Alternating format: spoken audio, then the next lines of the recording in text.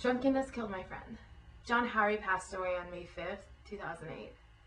John was liked by all of those who worked with him. He was loved deeply by his family and relatives and friends. John was 20 years old, was a security force specialist, and had been in the Air Force for about 16 months. His decorations included the National Defense Service Award, the Global War on Terrorism Service Medal, and the Air Force Training Medal. The witness said Higgins pulled a handgun from his waistband and fired. According to the documents, Harry died a short time later at a hospital. The shooting was a tragic accident. It was just military guys drinking and playing with guns. Witnesses also said they thought for a minute that the shooting itself was an elaborate joke. It was something John would definitely do, but this terrible tragedy appears to have been an accident.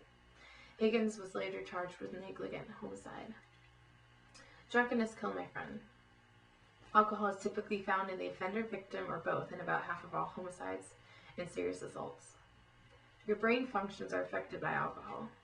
First with intellect, then emotions, then your motor skills, semi-voluntary, involuntary, and then vital functions go. Alcohol impairs judgment and causes moral and physical vulnerability. It impairs judgment and functionability. Drunkenness is not acceptable. The definition of responsible drinking is when used in a way where a potential for a problem as a result does not exist in any area of one's life. People don't think about what can happen since your judgment is impaired, which is obvious by what happened to my friend. If you ever met John, you would have thought he was directly out of a cartoon. He was spunky, energetic, spontaneous, random, and very funny. He would make the whole room laugh. He had a sense of humor that would draw people near him. He had many friends that had the same passion as him, which was laughter. He was in many plays and schools and was always playing the comedian in class. He was born to make people laugh. He did so many random things like taking home stray dogs, making bottle rockets in the streets, or messing with people at golf courses by running in the middle of the game, or making animal calls. He was very obnoxious and loud, but that was all for fun.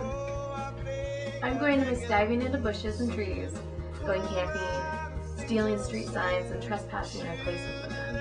He always motivated me to be mischievous and not to worry about it, because if we did get caught, he'd make sure I wouldn't get into trouble.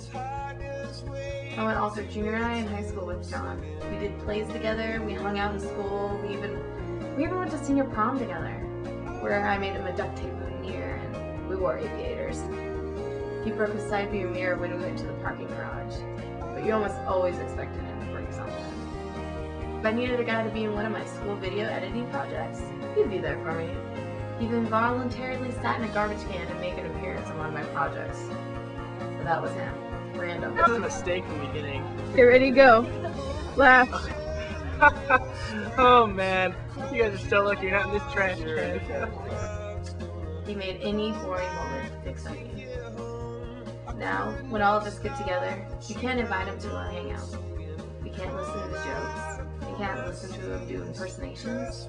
All we can do is remember how he was, and that was his spunky, wild, outgoing, goofy self. He's always in our memories, and we'll always remember him as the class clown. Drunkenness killed my best friend. If you want to drink, know your limits.